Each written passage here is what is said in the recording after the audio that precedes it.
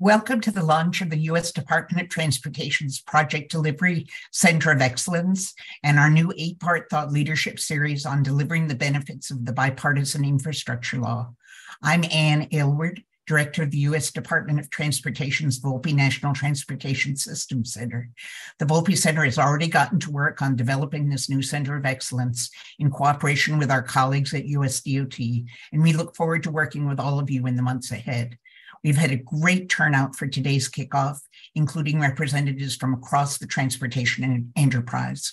We're delighted so many of you from state, regional, tribal, local, territorial, and federal agencies and governments are joining us today, as well as those of you working at nonprofit organizations in the private sector, academia, and our colleagues from abroad.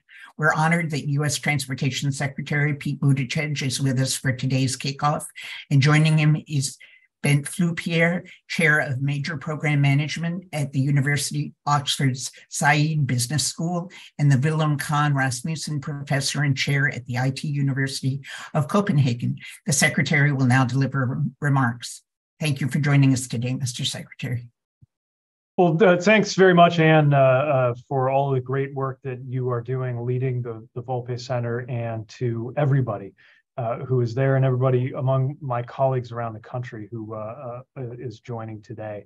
I've really been looking forward to this. In fact, there are two things today I've really been looking forward to. One, of course, is the launch of this Project Delivery Center of Excellence, something that is timely, that is needed, and that I think is going to do an enormous amount of good. And so it's so exciting to see that coming together. And secondly, I'm very pleased virtually to be joining somebody whose work I've followed with great interest in Professor Flupierre. When it first became apparent that we as a country were likely to pass what became the $1.2 trillion infrastructure bill that is, of course, one of the signature accomplishments of this administration, it became immediately clear that one of the biggest challenges we were going to have is actually delivering on that. And while getting the funding is the step that has escaped many administrations and escaped this country for many years, the truth is that's only the beginning, and delivery and management are enormously important. So I have had, since those early days when we were contemplating the bill, a large brick of a book on my desk that is called the Oxford Handbook of Mega Project Management, edited by Professor Flupierre, which includes a deep academic literature on this, the question that can be expressed pretty simply, which is, why is it that very big and difficult things almost always come in late and over budget, and sometimes don't even deliver the intended benefits, and how do you beat that? Thankfully, he has a more popular and digestible work out recently that builds on those findings. And so I thought it would be a great opportunity for us to tap his mind. Professor, thanks so much for joining us and sharing your time with us and our colleagues today. And I want to thank everyone who's joining us. I know we have federal, state, local, tribal governments. We have academia represented here, industry, nonprofits, and more. So I want to thank all of you for your interest and your commitment to delivering better transportation systems in this country. I'll be very brief because I really am eager to get to the conversation, but I just want to reflect that the very passage of the president's infrastructure law marks something of a modern miracle in the politics of today's Washington. I think the fact that we had a generational undertaking of this scope and scale gets support from both sides of the aisle tells you just how important this work is. Many said that it would not be possible. It was declared dead many times, but President Biden believed in this work. And I know many of you were part of the story of how we got that bill through. But what we really need from you is to be part of the story of how we make good on its potential. Even $1.2 trillion can go out the door pretty quickly without the intended benefits if we're not intentional about how to get the absolute most of it. We've already identified over 35,000 projects in some 4,500 communities across every state and territory. We have been there for award announcements, groundbreakings. Actually, Friday, for the first time, I'll be at a ribbon cutting on a project that was funded partly by the infrastructure law, which will be the first of what we hope will be very many. But we're on a curve, we're on a path here. Year one, so much of our effort in this administration was getting the bill passed. And last year, a great deal of our effort was directed toward standing up programs that hadn't existed before that were funded by that bill. If year one was the bill passing and year two was the programs launching, we are squarely in the middle of years 3 and 4 and beyond, which will be about the money moving and the dirt flying. And we know the urgency of that work, whether we get news of a bridge collapse in Pittsburgh or roads being destroyed by floods in Vermont that we know are going to become more frequent as climate change accelerates, or whether we confront the slow motion crises like the loss of life in roadway crashes in this country every day. We see the challenges in front of us, and we know what's at stake in getting every penny's worth of value out of the roughly half of that $1.2 trillion that has been assigned to us in the transportation world. And I'm talking about us in the transportation world, not just us in the transportation department, because over 90% of the funding that flows through the plumbing, so to speak, of our department will ultimately be delivered by non-federal entities like some of those that we've gathered today on this call. The transit agencies, the airports, the state departments of transportation, the cities, those who must deliver. But we are here with you in that process as well. You understand the complexity of it, and you also understand the importance of it. We are optimistic about what can be done, but we also know that it won't happen on its own. So this US DOT Project Delivery Center of Excellence that we are launching is important because it is so important to deliver good projects well, meaning on time, on task, and on budget. And the Volpe Center is such a great place to host this thought leadership because you've already been thought leaders for our department and an extraordinary global hub for transportation expertise. And I know that in the months ahead, the Center of Excellence at Volpe will only continue to grow and evolve in this purpose of better supporting project delivery staff, project sponsors, and everyone working on this both inside and outside of the department. Importantly, the new Center of Excellence will work to capture, highlight, and share best practices for project delivery starting today with the center's new website and toolbox. So strongly encourage everyone following this presentation to have a look at the first iteration of that work at projectdelivery.dot.gov and communicate to us what other resources would be helpful to include, because our library of information and best practices should only continue to grow over time, and we want it to be useful to you. And this is going to be about not just thought leadership, but accelerating and improving project delivery practices in practical terms. Today begins that effort, and there will be so many opportunities in the months to come for leaders like those here to exchange ideas, share knowledge, and learn from one another through web events like this one, trainings, conversations, and as we work toward completion of the new physical home of the Volpe Center, more convenings as well that we're really looking forward to. So here we are after years of so-called infrastructure weeks that came and went without result, with the best chance probably in our lifetimes in the United States to transform our transportation systems to the better, to make communities safer, to make transportation cleaner, to advance equity, and to connect people to the resources, the opportunities, and the jobs that are going to shape their lives. And I'm very much looking forward to continuing that work together and can't think of a better way to kick off this piece of it than today's event. So with that, thank you all again. And Anne, back over to you. Thank you very much, Mr. Secretary. And thank you for the kind words. We're looking forward to welcoming you to our ribbon cutting for our new facility in September. So thank you for your commitment and leadership, also for the new Center of Excellence, and for including the Volpe Center in this exciting new initiative. Before I turn things over to the Secretary and Professor Fou-Pierre, please know, all of you on the call, that you can type your questions into the Q&A box, and there will be a period for questions and answers following the conversation. So back to you, Mr. Secretary. Great. Well, thanks again, Anne, and thank you again, Professor, for joining us. And I'd love to jump right into a substantive discussion that I hope will share some of your insights with the community of practice that is out here, very much working on the thing that you are among the world's leading experts on, which is how to get big things done and how to get big things done on time and in the way that was intended. And part of what has interested me about your studies is that you look through so many of the cases where things did and didn't go well. So much so that you built data sets that have statistically significant subsets and patterns in terms of projects, from private sector projects like film production to energy sector projects like building nuclear power plants, to the transportation projects that so many of us in this setting are very focused on. So I would begin by the question of beginning projects, starting projects the right way. This is one thing that the Center of Excellence will focus on a lot, which is before you, and I will admit, I'm among those figures who probably express a great deal of impatience, which can be a risky thing on getting dirt flying, or as President Biden would say, when we can turn a spade.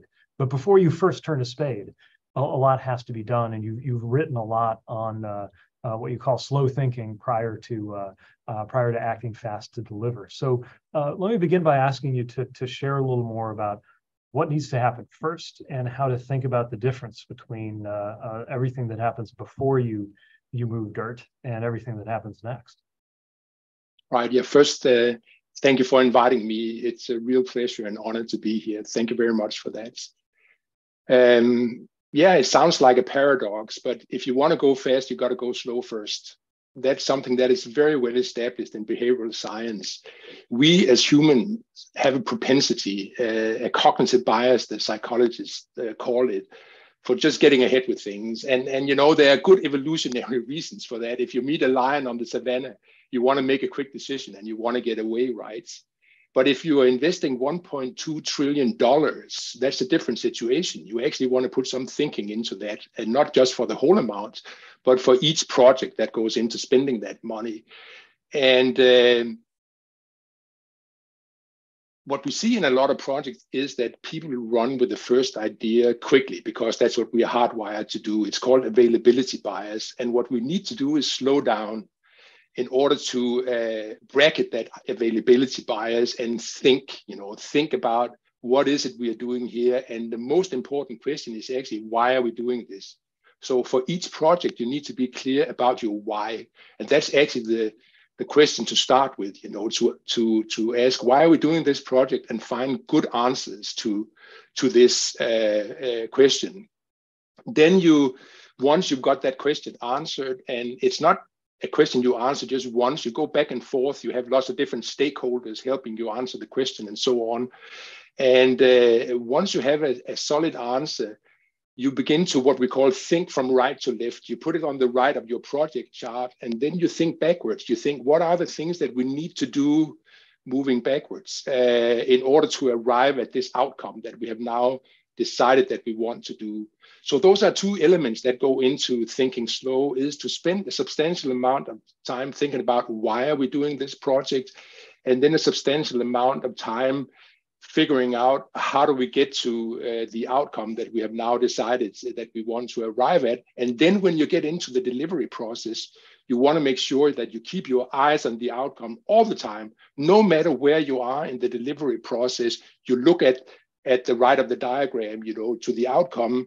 And that will help you know that you're always doing the right thing, and that you can actually move ahead fast because you always know what you're doing, and it's well thought out and it's well programmed.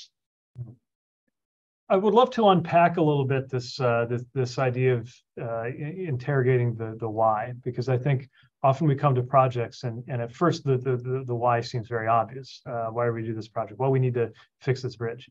And sometimes that is self-evident. Other times there might be a deeper question about why the bridge needs to be fixed or why the bridge needs to be there. So I wonder if there are any examples from your work that might show what level of imagination is needed to really approach that question of why in a responsible way that could make a difference toward the ultimate delivery and success of the project. Yeah, so a specific example, not from transportation, but from building, is the Canadian American architect Frank Gehry was asked to do a Guggenheim Museum in Bilbao, and he was invited by the city and regional government of the Basque region and Bilbao to visit, to discuss whether he would be interested in being the architect of a new Guggenheim Museum in Bilbao.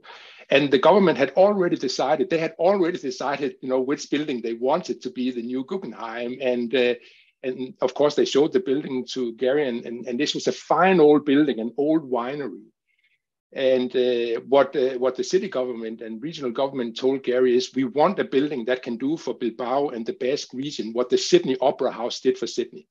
So like really put them on the map. And Gary said, I actually don't know of an old building that was renovated that put anywhere on the map. So I don't think we can do it with the building that you've already decided. I think that we need a new building. So let's go scouting for sites in the city. And they went up on a mountaintop and looked down on the city, and they saw an old derelict site from an old, an old factory on the river, right in the middle of Bilbao. And Gary said, "Can we get that site?" And they checked, and they could get that site, and that's where the Bilbao is built today. So not in the place and not in the building that they originally planned, because Gary actually has this thing that he always asks people, why are you doing this? And the answer to the question why was that they really wanted to be put on the map. And Gary said, hey, in my experience, you can't put a city on the map by renovating an old building. I don't know any examples of that. If you don't know any examples of that, why do you think you can be the first to do it in the world? That takes a lot of self-confidence. But we have examples of new buildings that actually put things on the map. So that's an example, where this kind of thinking really made a difference. It's, I think, something that challenges us to really lean into one of the values that we celebrate in this administration for the department, which is imagination. And I think being imaginative about our purposes can really help us identify the most effective ways to get things done, even if it's a little different than the vision that we've inherited. Let me ask about patterns that you found across things that have gone well, because I think part of what brings us to this discussion is a widespread understanding that big projects rarely go well. At least they rarely go well by the metrics that we're setting out of happening on time, meeting the intended purpose, and happening on budget. I think your data set suggests that something on the order of 2% or less of mega projects actually go that way. But you've also looked at so many big projects that there are quite a few that did go well. And so I wonder if you could share some more examples of things that went right, and some of the patterns that you observed that those projects had in common as they beat the odds and proved, despite their scale or complexity, to come in on time, to do what they were supposed to do, and to cost what they were supposed to cost, or maybe even a little less. Yeah. So we have data on more than 16,000 projects, and even though it's a small percentage that are successful, it's still enough, when you have that big a database, that we can find success stories and try to learn from them, which is something we put a lot of effort into, because it's really important to learn not just from your failures, but also from your successes. Even though, as everybody knows who's doing startups, it actually is important to learn from your failures, but it's not enough. You need the successes also. So let's look at what goes into a successful project. And it actually turns out that the successful projects are successful in the same manner, that they have things in common. So one thing is, of course, they have gone through this slow thinking process that we just talked about, that the people who are clients, the owners, the sponsors of the projects, and the people who are leading the projects know this thing about that they need to go slow. They have to be careful not to get anxious about being slow in the beginning, which is actually a natural human reaction. We just want to get going, and we get anxious if people are talking too much about things and so on. Hey, let's just quit the talking and get going. So experienced leaders know that that's not the way to go, because they've done it, they've tried it, and they have the scars to prove, that it doesn't work, and they therefore do it differently. So that's one thing successful projects have in common, that they have a quite extended period up front. It varies from project to project, how long it is. But for instance, Pixar will spend 2 years in development before they actually start shooting a movie. And this is thinking slow the Pixar way. We just talked about Frank Gehry. He'll also spend typically 2 years before a major project, iterating, experimenting. It's not like you don't do anything and that you only think. There's actually a lot of practical action going on where you simulate the project. You build the project on computers before you build it in reality. It's a great way to learn if you have good building information models, as it's called, and that's what we see with successful project leaders, that they do this thing. They simulate, they experiment, and They have very experienced leaders in charge. They have a lot of back and forth, getting feedback from other experienced leaders so that they don't do the project in isolation. They make sure to get lots of information from the outside. This is another thing where we see the projects that don't go well, they have a tendency to sort of close themselves in a bubble and not have too much contact with the outside world. A lot of projects actually make the error of thinking that their project is unique. And if you think your project is unique, why should you talk to other projects? Because you don't have anything to learn from the other projects. And this is what we call uniqueness bias. It's very widespread. So the successful projects don't suffer from uniqueness bias. They actually know that our project, no matter how special it is, it's one of those. It's a type of project. And we need to talk to other people who are doing this type of project in order to have the best possible information that we can get. So those are some of the things that go into that. So, but I would say the two key words are simulation and experimentation, where you actually simulate the project before you build it. So on that uniqueness bias, I think that's something that's so interesting in transportation, because everything we work on is both unique and part of a class, but it depends on how you think of it. There's certainly only one Hudson River tunnel. There's only one California high-speed rail north to south project of the type that's being done, and it's the first of its kind to put actual physical construction into U.S. soil. And every town, there's only one of that particular town, and yet so many things do fall into a type. I wonder if you could share a little more about how to actively move from thinking about something as though it were the only one of its kind to finding what could be a broader class of projects that could compare when it's not obvious, right? When it's not, a road project of a type that somebody will know that they've done 12 others like it, but where it really does feel, at least, like it's the only one of its kind when you're first taking it up. Well, the famous American anthropologist Margaret Mead told her students, each of them, you're unique like everybody else. And it's the same with you, Mr. Secretary, and me. We are both unique individuals, right? And I'm sure our parents would say that we are unique, and every parent would say about their kids that they are unique. But that hasn't stopped the profession of medicine, or the science of medicine, to make great progress in studying the human organism, the human whatever part of the body, and so on.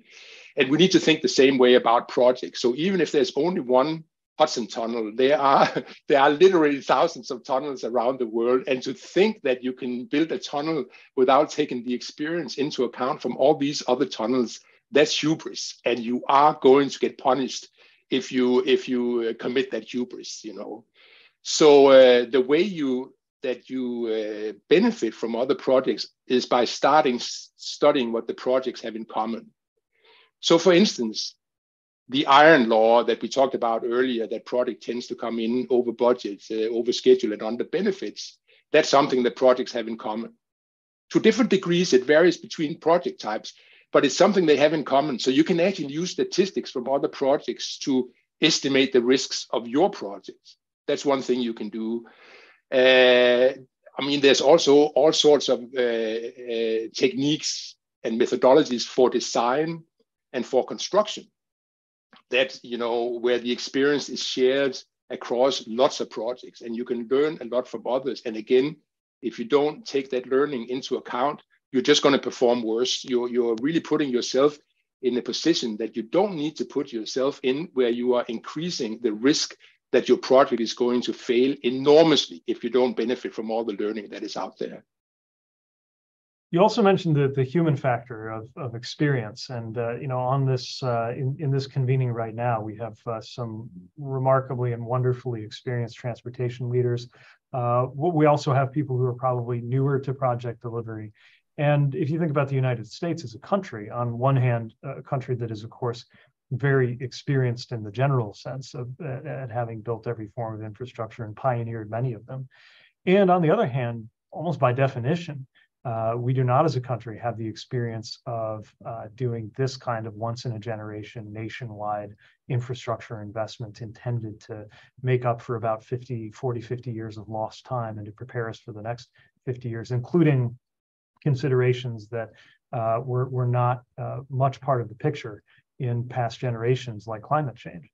And I would add to that considerations about equity that are very important to us as an administration, but are certainly not in the kind of experience that is physically captured in the existing infrastructure we've inherited. So I wonder what conclusions you might draw or you might offer to the people here who are gearing up to deliver so much work on how best to assign and organize both leaders and teams to make the most of experience where experience is needed, but also to build experience where it isn't necessarily there yet.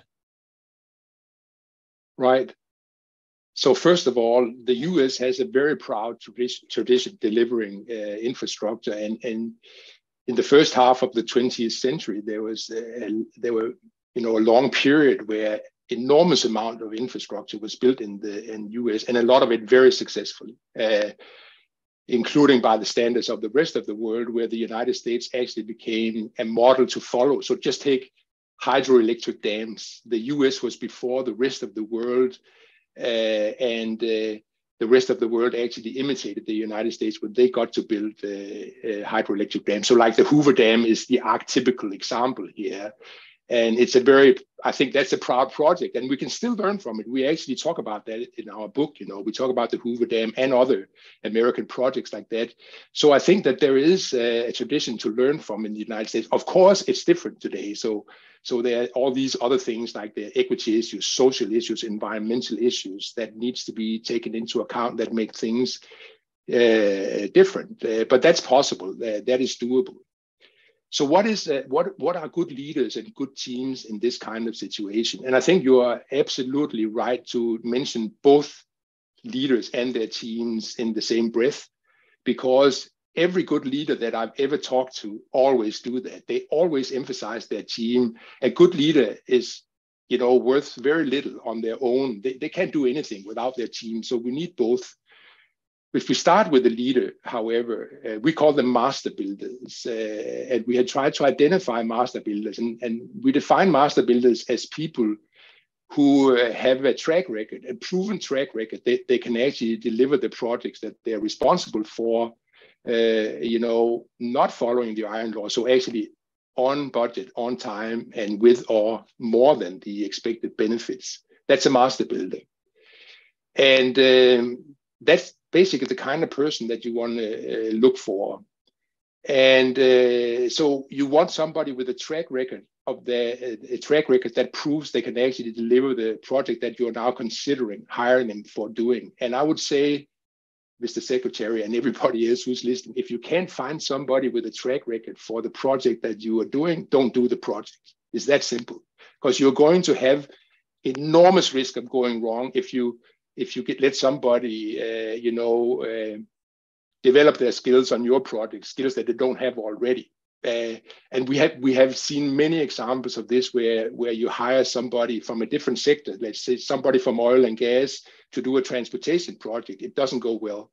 So you need at least the principal leader of the project to be somebody with a proven track record, so they can document they've already done this several times successfully. That's the leader you want to look for. That's typically an experienced leader, typically an older leader. I'm always saying that gray hair is an asset in our field. That doesn't mean that young people are not very important. Of course they are, and they can bring things, especially in this IT age that we live in, they can bring things that are really important. But don't underestimate experience. Experience is extremely important for being successful. Again, something we developed at length in the book, that just in addition to experiments, you need experience. And these two words actually come from the same root, experire, Latin words. And these are two things that you need in your project. So experience. And then you need to let the master builder, the leader, choose their team to the extent possible. I know that this is not always possible, and a lot of people, when I say this, they say, "Well, Ben, we don't get to choose our teams. They're basically given to us." Well, maybe you need to look at that and start thinking about how do we make teams that are more tailor-made to the leader of the project and to the project itself.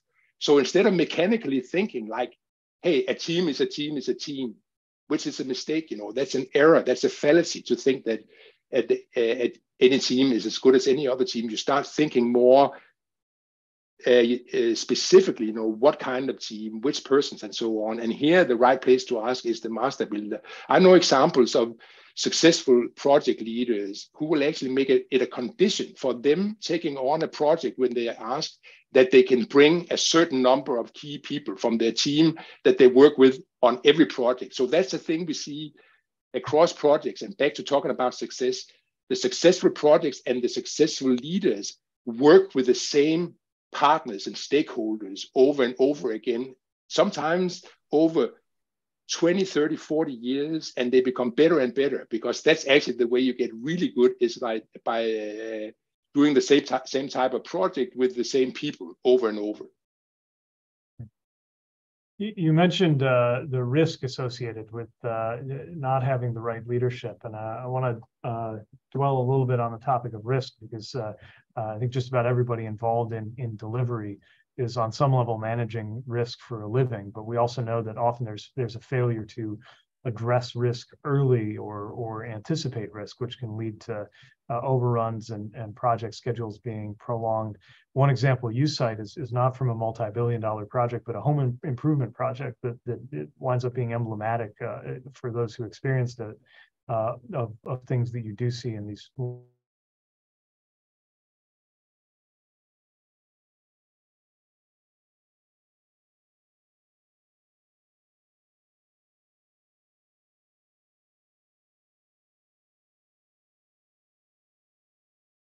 outcomes and hit our marks in terms of time and budget. That may be the single most important question, because these projects are very risky. And we have some new research that is just beginning to come out that shows a completely new thing that people haven't been aware of before. And that is that your transport infrastructure projects and many other types of projects, including the building renovation that you mentioned, are fat-tailed. So this is what statisticians call fat-tailed, which means that they have many extreme outcomes. So if we're talking about cost, the costs explode often in this type of project. That's what generates the fat tail for cost. The schedule blows up and the benefits underperform. And we are now documenting that these projects are fat-tailed, including transportation infrastructure. So that's incredibly important if you're talking about risk management. When you have fat tails, that's like a red warning light going on, that you need to pay special attention. And there are two things you need to do in order to manage risk.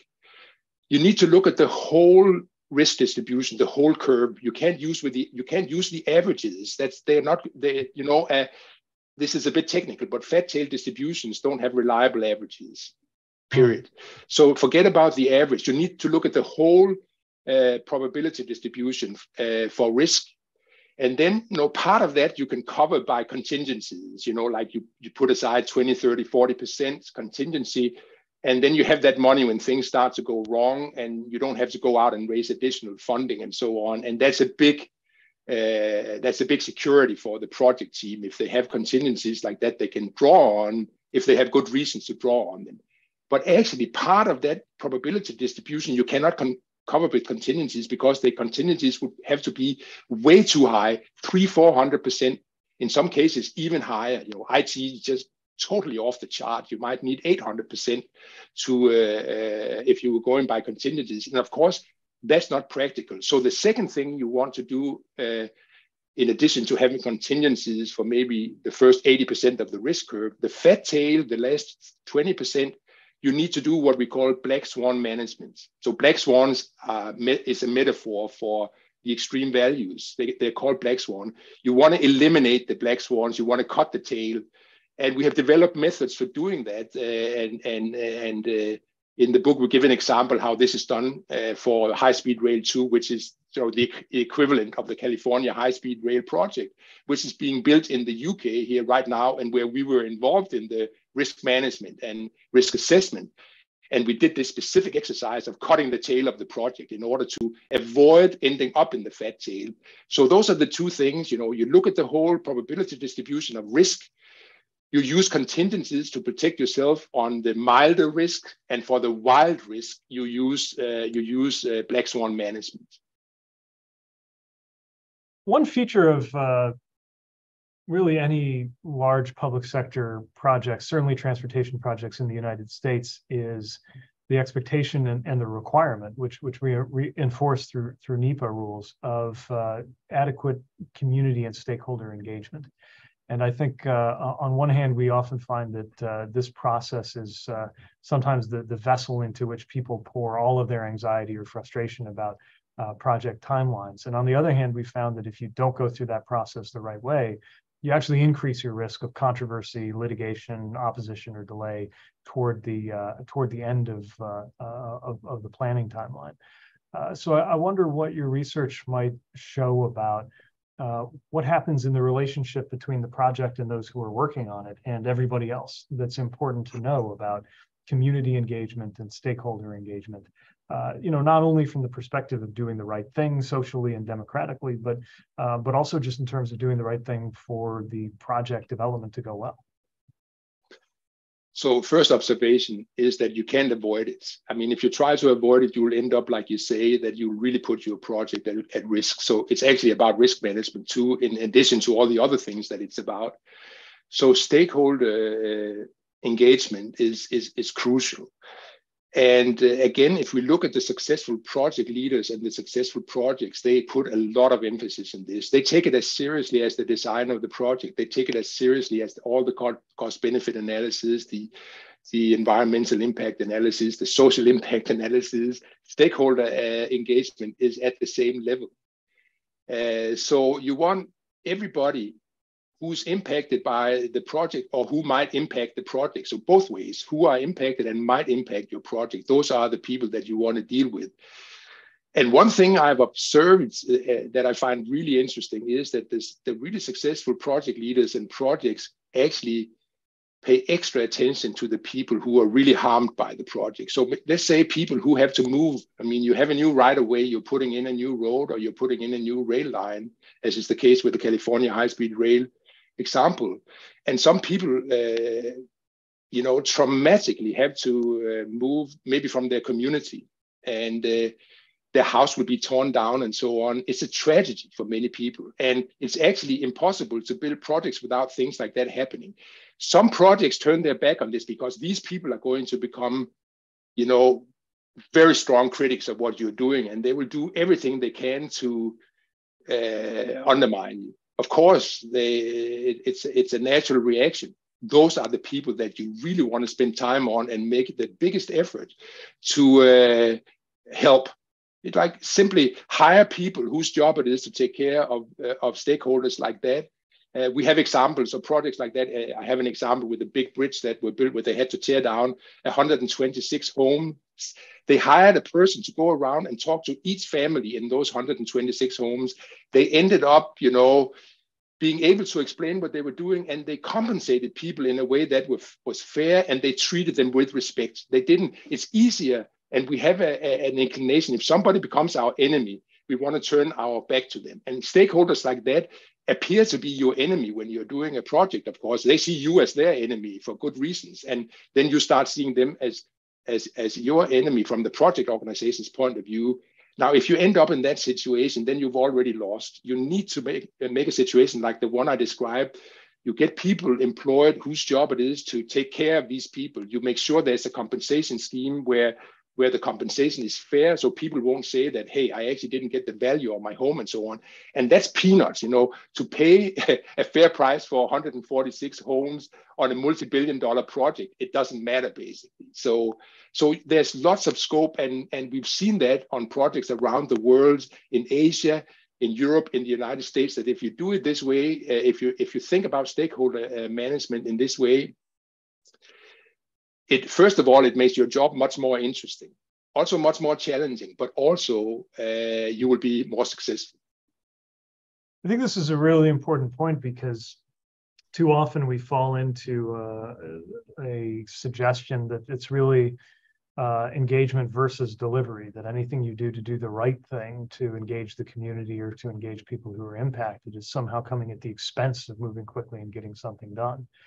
And I think in some ways that that perception has become even more pronounced when some draw attention to less inclusive societies and how they can get infrastructure done in a quick, but I would argue less durable and ultimately less robust way by just ignoring or rolling over people. And so I think this really brings together this fact that there's actually not just a compatibility, but a dependency between proper, good, inclusive engagement and good, strong, timely delivery. That's actually a feature of what President Biden often describes as the importance of demonstrating that democracies can do well, we would hope can do best at delivery of the basics, and that it's not just a quote unquote soft concern. We're going to soon open up to questions from the audience. So I think I'll just put one more question to you before we do that. But one thing that is handy is that you've kept a list of what you call heuristics for better project leadership, more kind of memorable rules of thumb to manage by. And I wonder, one of them you referred to earlier, to hire a master builder. And I wonder if there are others that you think might be especially applicable to this audience that is now in the thick of working on delivering the projects and the funds created by this infrastructure law. Yeah, I'm Danish. I didn't mention that, but I'm Danish, and Lego. I think everybody knows Lego. Lego is a Danish toy. You know, every Dane grew up with stepping on Legos in their homes all the time and hurting their feet. But I would say this is a heuristic built with Legos. So that's a metaphor, obviously, but it's about built with modularity. And this actually, so we have documented this, and again, this is research that is ongoing. Some of it is in the book, but we get some very clear results that if you can do your projects in a modular way, you actually eliminate the tail risks. They disappear. So you are reducing your risk tremendously, and you increase your speed, which actually explains why the risk goes away. The shorter the time you take to do something, the smaller a risk you will actually face. And so make sure that transport infrastructure projects, that you think in an innovative way and think, what's my Lego? Like when we're doing this project, what's the Lego in this project, or the Legos? It doesn't have to be just one thing. Even Lego is not just one thing. You know, there are many different types of building blocks. And but that's the way to think about it. And those Legos, you produce them in factories, not on site. You need to get rid of this construction site. Actually, the word construction site should be abolished from the language, you know, and we should have assembly sites. Not until we get assembly sites will infrastructure and construction be really rational processes where you can control the cost and the schedule and so on. It's just too hard to build things out in the open. You need to bring it into factories. And then, you know, you bring the parts that you built in the factories onto the assembly site, and then you assemble things. So that's the first heuristic, I would say, built with Lego, or just ask yourself, what's my Lego? And it's very important for transportation infrastructure, because transportation infrastructure and construction in general is a bit behind the rest of society in standardizing things and manufacturing things. So many other parts of society, they would never accept, you know, that you build things on site. Just think of the auto industry. If they showed up in your driveway and built your car, they don't do that. You build a finished car, right? And then you drive it home.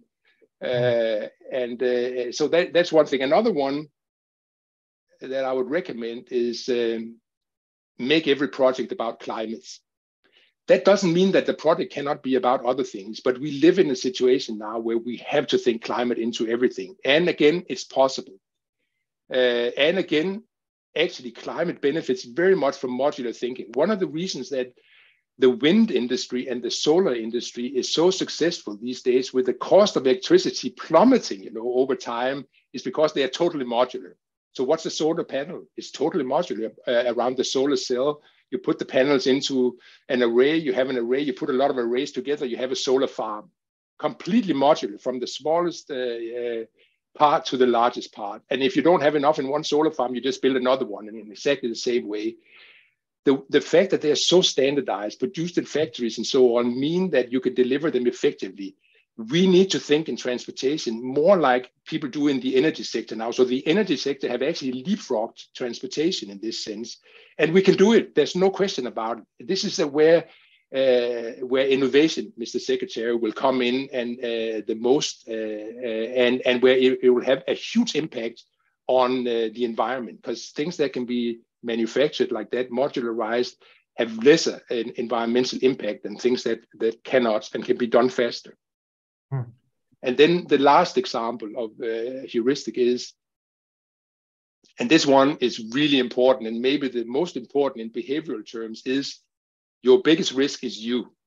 And I don't mean you personally, Mr. Secretary. I mean you and everybody on your team. You are your own biggest risks. If you don't think about all the things that we have talked about here and then some, if you are subject to all these cognitive biases that are demonstrated in behavioral science that we all are subject to, and you do not take it into account, then you will actually increase the risk of your projects tremendously. And that's actually why we see such poor performance, is because people think that risk is something that is out there, that is something, it's the weather, it's the geology, it's the steel price, and so on. And all those things are real. I'm not saying they don't exist, but actually it's our misconception of all these things that is the biggest problem. That's why I'm saying your biggest risk is you, and please do take that in.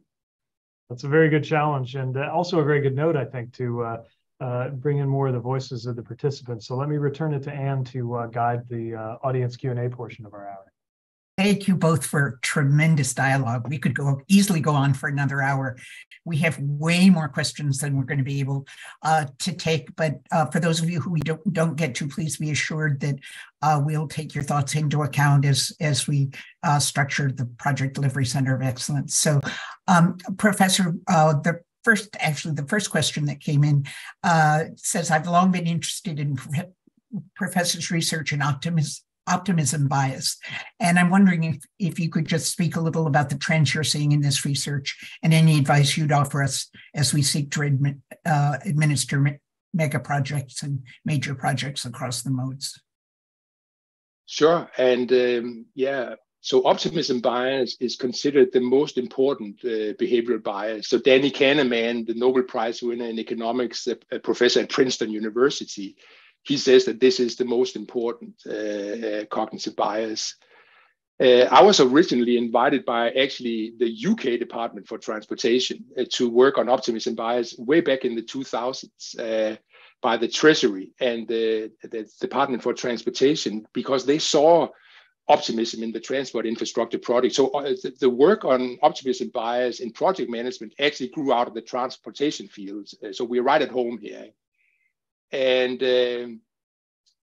again, we are hardwired to be optimists. Very few people are not optimists. And we have the optimism for good reasons, that it's actually a good thing to be optimistic if you want to get through life, even if you want to get up in the morning, if you want to get married, have kids, whatever. It takes optimism to do projects, to spend $1.2 trillion. You need optimism, to make sure to convince yourself that you can do it. So optimism is a great thing. I don't want to be misunderstood when I say that optimism is a problem, but it is a problem because optimism can be misplaced. Just think of yourself if you were getting on a plane and you overhear the first pilot saying to the second pilot, I'm optimistic about the fuel situation. You don't want to get on that plane. You don't want to get on a plane with a pilot who's optimistic about the fuel situation. So that's an example of misplaced optimism. The fuel on our project is the money. I don't want to do a project with somebody who's optimistic about the budget. It's going to end bad. You're going to run out of money. You're going to have to spend your time raising more money and so on. The same with the schedule. We're optimistic about schedules. Well, if you're optimistic about your schedule, you're going to have a schedule overrun. So it's actually an important prerequisite. And this goes into the slow thinking, that in the slow thinking phase, you think about what are the biases that might be at play here, and optimism bias is your main candidate. And then you ask, how do we de-bias our project? How do we de-bias our business case? And we have developed very good tools for doing that. They're being used on thousands of projects around the world these days. This is actually probably the part of my research and my team's research that has been the most successful with having direct policy and practice impact. Okay, thank you for that answer. Another questioner asks, based on your observations about master builders, how does the private sector, and I would say also the public sector, develop those master builders if you only want experienced builders on your project? We have a generation of civil engineers retiring, and we must develop new leadership. Do you have any thoughts? That is absolutely true. We must develop new leadership. We must have training. That's actually why I came to Oxford. So Oxford University saw this a long time ago. In 2007, 2008, they realized, they were contacted by industry, actually. Industry contacted the university and said, we have a problem. We actually don't have enough people who know how to do this, to do big projects. And we need a serious university to start a program in this. And Oxford University decided that they would do that, and then they hired me, from Denmark. I was headhunted from Denmark to Oxford University to start this program. So these are the kinds of programs that we need. And I've actually been surprised to see, because this program is extremely successful and profitable at Oxford University. So I wonder why hasn't Harvard or MIT or Stanford, copied this, to make a similar bunch of money, out of this kind of program. And this is something that the United States could do more in my view, like get training going. And I'm not talking about undergraduate or traditional graduate students here. I'm talking about taking people in the middle of their career, which is what we do at Oxford and in Copenhagen, take people in the middle of their career and then expose them to the kind of ideas that we are talking about here much more systematically, and giving them the tools so they can actually go out on their teams and use these tools and this kind of thinking in order to make their projects run better. So we do have a huge shortage of labor, actually at every level, not only leaders, but at every level in infrastructure and construction. And this is something that we need to look to, and the educational sector, I think, has a big responsibility here. But it helps if we get nudged from the outside. If somebody tells us, like what happened in Oxford, somebody from the outside tells us, you need to look at this, you need to do something here. Can't help but editorialize that this is an interesting space for the federally funded Center of Excellence at Volpe to be thinking about too, is how to connect. It's definitely something. So add that to the things we're asking you to think through. Consider it added. And I would just like to personally observe, I loved your think of it as a Lego analogy. I think that describes very well the accelerated bridge construction program that Federal Highway introduced a number of years ago. We need to do more of that. One questioner is asking what you recommend in terms of alternative contracting methods to best address risk and work more collaboratively. Recognizing that may require legislative changes in many states, but this is one of the most difficult questions, is contracting, and it's also one of the most important ones. Just like I mentioned, risk is one of the most important ones, and it's a real hard nut, to untie. What kind of contract is the best contract? And I think the answer is that there isn't one contract that would be the best contract.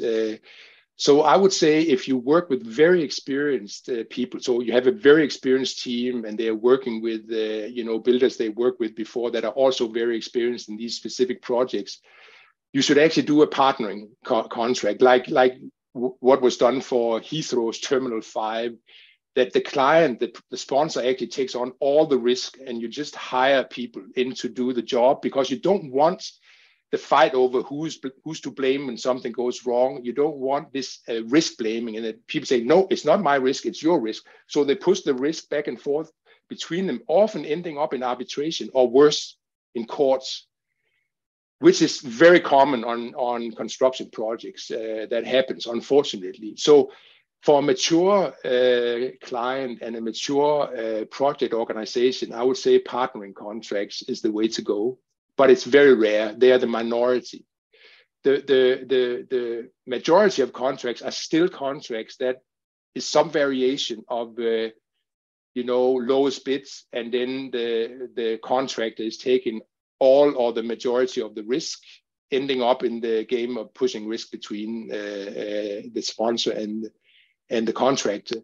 which is unfortunate. In the UK and in other places where we work, I think in the US too, there's experimentation going on. You actually experiment with different contracts. And at one stage, you know, it was mandatory in Europe that you had to take the lowest bids. Fortunately, you know, fortunately, both the European Union and individual member states have found out that this is not a good idea, actually. You have to give the freedom to the people who are doing the tendering process to actually choose somebody who's not the lowest bidder, if you know that contractor is going to be the best contractor. And it's very important to realize that the lowest bid typically doesn't translate into the lowest final cost, you know. So those kinds of contracts can be poison, you know, to projects. And luckily they're not mandatory anymore. So we are moving more and more away from those kind of lowest price contract into contracts that are more nuanced, where you can actually take into account the quality of the contract, the quality of the work, their experience, and so on, which I think is the way to go. But that's a gradual process, and we need continued experimentation with contracts. I think that is such an incredibly important point that it's maybe a good point to end on. I wonder if either of you have any closing thoughts that you'd like to share. I know I just deviated from program. You don't have to have closing thoughts, but this has been such an engaging dialogue. Thank you very much. Thanks, so yeah, Professor. Let me ask if there's anything you might want to say just to bring it all together before I just want to thank you one more time for having me. And I want to say that I hope that this is the beginning of a relationship and not the end of the relationship. Absolutely. And thank you both for inspiring us with your energy and your optimism. If I don't want to misuse that word. I'd also like to give a shout out to the team that put today's event together and is standing up the Project Delivery Center of Excellence. And I'd like to thank all of you for joining us today. Please take a minute, if you haven't already, and give us any feedback or ideas, what you'd like to see. The Center of Excellence is being developed to serve you, so let us know what you'd like to see. Our next event will be held next Thursday, August 3rd at 1 p.m. Eastern Time. We hope you can register and join us. The session is Thinking Outside the Box, Innovating for Better Project Delivery. And the speakers will be Carlos Braceras, Executive Director of the Utah Department of Transportation, and Paula Hammond, who's the current chair of the American Road and Transport Builders Association and Senior Vice President of WSP USA. So we hope to see you all next week. The session is recorded, so if you want to go back and listen to it again, or if you have colleagues who were not able to be with us, please direct them to the site. And thank you for the very insightful comments that you've already entered in the Q&A box. Thanks very much, Anne. Thank you, Professor, for sharing time with us, and agreed we would love to stay in touch. Anne and everybody at Volpe and everybody working on this, thanks for your attention to delivery. And everybody who's part of this, thanks in advance. You are the ones who are going to be really the tip of the spear on whether this generational project delivers on the value that the president, and for that matter, the public, expect of us. And I'll think about the word optimism a little differently after today, but I have the highest hopes and expectations for what we're going to be able to do together. And I know we'll make good on that potential. So thanks, everybody. Keep in touch, and we'll see you soon. Thank you.